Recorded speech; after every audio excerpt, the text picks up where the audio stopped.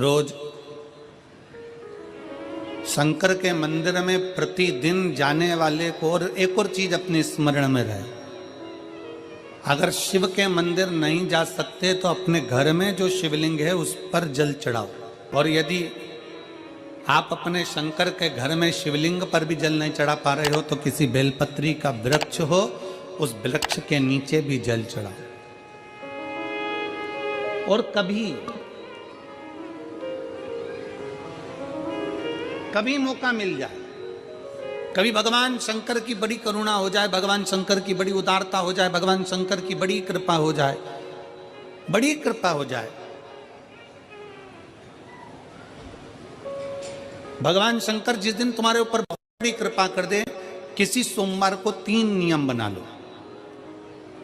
जिस दिन मेरा भोले बाबा तुम पर कृपा कर दे उस दिन सोमवार का एक नियम बनाओ कि महीने का एक सोमवार मुझे ऐसा करना है, 3 नियम धारण करना है महीने के सोमवार को।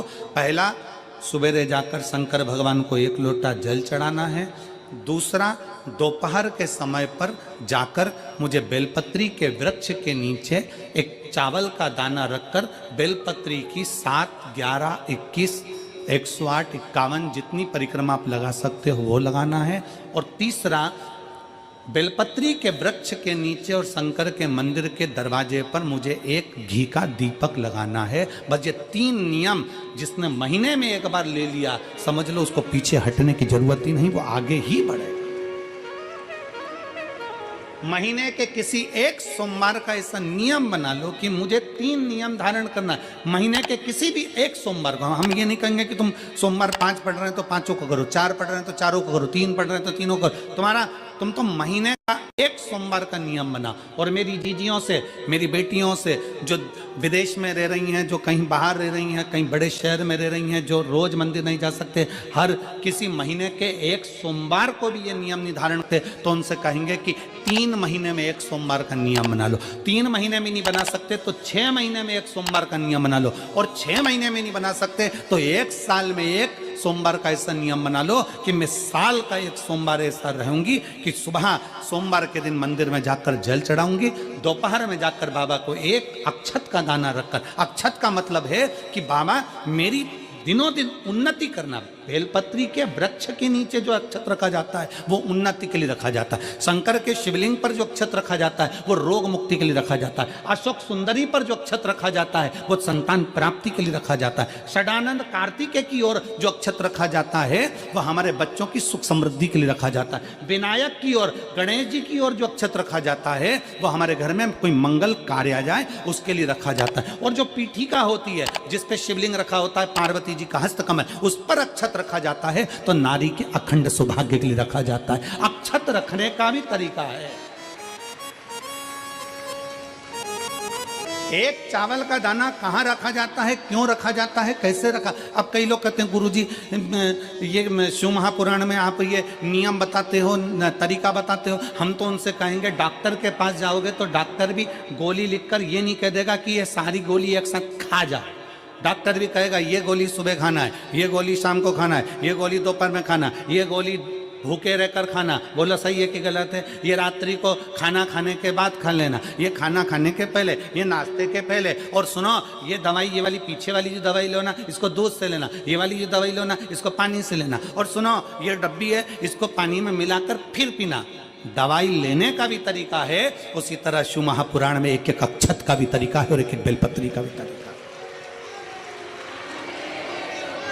अब मान लो कई लोग कहते हैं गुरुजी आप ये तरीका बताते हो शिव पुराण के माध्यम से, कई लोगों के मन में संशय जागता है, तो अगर हम एक साथ चावल चढ़ा दे तो उसका क्या तरीका है? तो हमारा निवेदन है डॉक्टर जो दवाई ले एक ही बार में निपटा जाए, एक ही बार में खा ले। दवाई एक बार में पूरी खा गए असर नहीं करेगी, इसमें डॉक्टर का कोई दोष नहीं है। उसने तो बताया था ऐसे लेना, ऐसे लेना। और तुमने मैं डॉक्टर साहब ने पूछा दवाई पूरी ली, शाम की दवाई भूल गई थी, सवेरे की दवाई भूल गई थी, ये दवाई भूल गई थी। डॉक्टर कहेगा हमने तो नियम बताया था, तुमने नहीं खाई तो असर कहाँ से करेगी?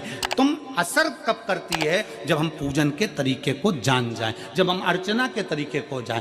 आप साल भर का एक सोमवार निकाल लो, 6 महीने का एक सोमवार निकाल लो, 3 महीने का एक सोमवार निकाल लो, महीने का एक सोमवार निकाल लो, अपने से दिल में बन जाए तो एक सोमवार ऐसा निकालो जिसके 3 नियम धारण हो। पहला, उसी सोमवार जिसको कर रहे हो उस दिन सुबह जल चढ़ाना। दूसरे, दोपहर के समय पर जाकर बेलपत्री के वृक्ष के नीचे एक चावल का दाना रखना और परिक्रमा बेलपत्र की जितनी तुमसे बन जाए, जितनी तुम्हारे शरीर की कैपेसिटी हो, जितना तुम्हारा शरीर चलते बन जाए। हम तो ये भी नहीं कहते कि तुम भूखे रहकर भगवान का भजन करो, हम कभी नहीं कहते। हम तो यहां तक कहते हैं, हमारे पुष्टि मार्ग में यहां तक कहा गया कि वल्लभ कुल की एकादशी करो, भले बकरी जैसे चरो पर एकादशी करो।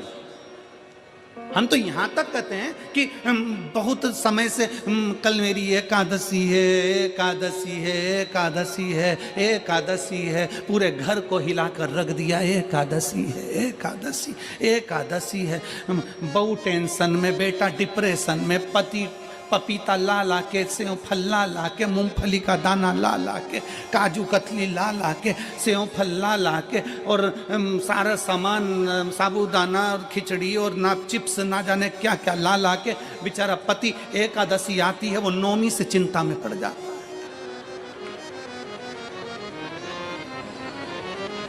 हम तो ये भी नहीं कहते कि तुम व्रत बहुत भारी करो, तुम व्रत उपास भी बहुत बहुत टेंशन वाला करो, ना ना ना।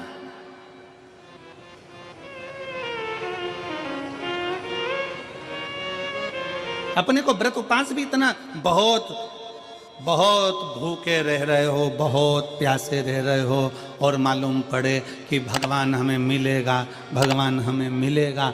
भगवान कहता है कि देख भाई, मैं भी भूखा नहीं रहता, तू भी भूखा मत रहे, मैं भी चकाचक रहता हूँ, तू भी चकाचक रहे, मैं भी अपने। और भगवान शंकर तो ये भी कहते हैं कि अपना परिवार भी मत छोड़ो। मेरे पास में पार्वती भी, एक ही देवता है जो विद फैमिली मंदिर में बैठता है। शंकर जी हैं तो पार्वती जी है, तो गणेश जी हैं, तो कार्तिकेय जी हैं, तो नंदी है, सब मंदिर के अंदर चाहिए। शंकर भगवान अपने पूरे परिवार के साथ। शंकर जी तो ये कहते हैं अकेले तुम क्यों रहते हो। शिव जी की एक बात अपने ध्यान में रखना, कितनी सुंदर बात है शंकर भगवान की, बहुत ध्यान में रखिएगा। आप जौहरी नहीं हो, हीरे को नहीं परख सकते। हम भी जौहरी नहीं है, हम हीरा को नहीं समझ सकते। पर भगवान शंकर ने पृथ्वी पर जिसको जन्म दिया उसको जौहरी बनाकर पैदा किया है, उसको जौहरी बनाकर भेजा है कि आप भले हीरा को न समझो चलेगा, पर अपने नजदीक में कोई दुखी है तो उसकी पीड़ा को जरूर समझना। भगवान शंकर कहते हैं उसकी पीड़ा का स्मरण।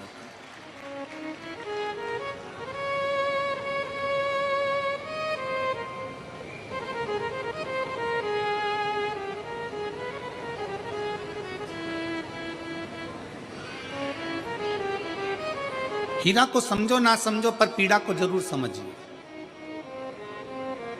किसी के दर्द को जरूर समझिए, किसी के दुख को जरूर समझिए, किसी की तकलीफों को जरूर समझिए। पशुपतिनाथ का व्रत करते हो आप, 16 सोमवार का व्रत करते हो आप, संकट सोमवार का व्रत करते हो आप, शिवरात्रि का व्रत करते हो, सोमवार की अष्टमी का व्रत करते हो।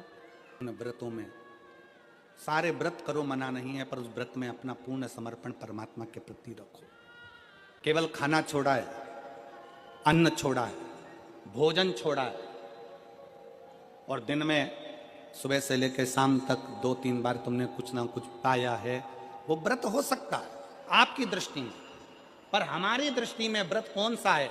शिव महापुराण की कथा कहती है कि सुबेरे आपका व्रत चालू हुआ, दूसरे दिन ब्रह्म मुहूर्त तक जो आपका व्रत आपने रखा है, भगवान का जो व्रत कर रहे हो, उस व्रत में एक बात अपने अंदर उतार कर रखो कि इस दिन मैं अपने मोबाइल का त्याग करती हूँ, पूरे दिन मैं मैसेज नहीं पढ़ूंगी, मैं देखूंगी नहीं, मैं अपशब्द नहीं कहूंगी, मैं जानूंगी नहीं। दूसरा, आज के दिन मेरा व्रत है, आज 1 महीने में, 15 दिन में, 2 दिन में, 20 दिन में मैंने अगर किसी से भी अपशब्द कहा होगा, आड़ा टेढ़ा कहा होगा, तो सबसे पहले आज व्रत वाले दिन मैं उसको सॉरी कहूंगी, क्षमा मांगूंगी और अपने हृदय से लगाने का प्रयास करूंगी। व्रत है। व्रत का तीसरा अंश आज मेरा व्रत है, मैं आज के दिन किसी को भी अपशब्द नहीं बोलूंगी, किसी के लिए आड़ा तड़ा नहीं बोलूंगा। आज जितना बन सकेगा मैं सात्विक जीवन जीऊंगा।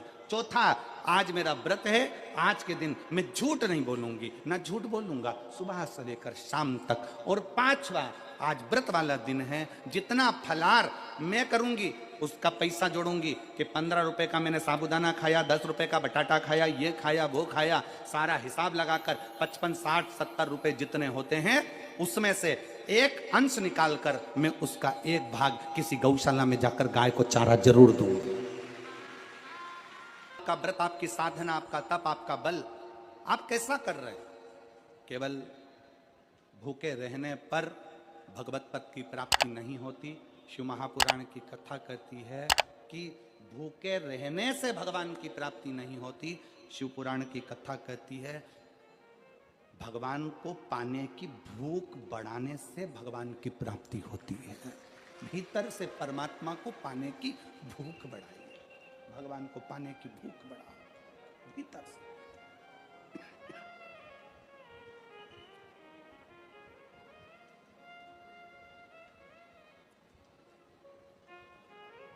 व्रत करो मना नहीं, तप करो मना नहीं, साधना करो मना नहीं, पर उस तप साधना में, व्रत में परमात्मा को पाने की ललकता हो आपके भीतर, भगवान को पाने की ललकता हो आपके भीतर, भगवत पद को पाने की ललकता हो आपके भीतर, तो भगवान।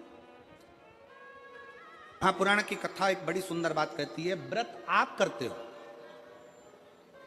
उपास आप करते हो, नियम आप लेते हो, पूरा किसको करना पड़ता है? तुम्हें नहीं। व्रत आप करते हो, उपास आप करते हो, नियम आप लेते हो और पूरा देवाधिदेव करते हैं, भगवान शंकर करते हैं। बस इतना जरूर याद रखें कि जैसे कुछ प्राप्त हो भी गया तो शिव को धन्यवाद देकर शंकर के दरवाजे पर जाते रहना, यह हमारा कर्तव्य है।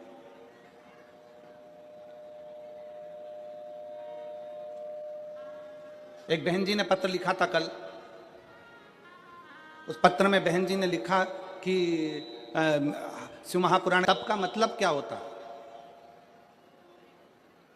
चलिए उपास का मतलब बताओ। खाना छोड़ देना व्रत नहीं है, दूसरे का धन छुड़ाकर खाना छोड़ देना व्रत है। शिक्षा दे देना, किसी को चिकित्सा की जरूरत है उसकी चिकित्सा में थोड़ा सा धन लगा देना,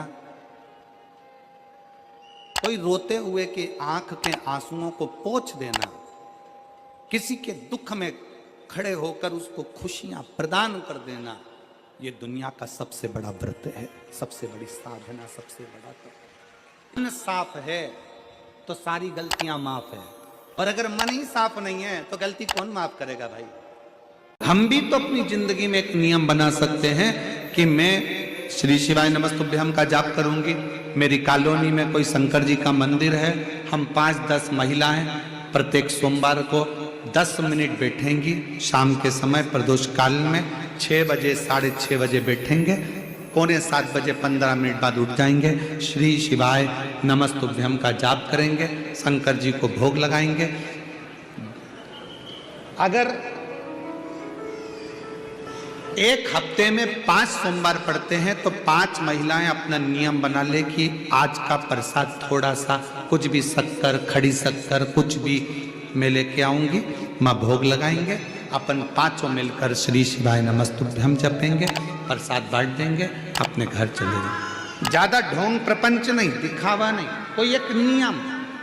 हमारे नजदीक में शंकर जी का मंदिर है, हफ्ते में एक बार नियम बनाएंगे, उस मंदिर में सफाई करेंगे, हफ्ते में एक बार नियम बनाएंगे, अपने नजदीक के शंकर के मंदिर को साफ करेंगे, क्लीन करेंगे। एक नियम अपने अंदर बनाओ शिव के प्रति।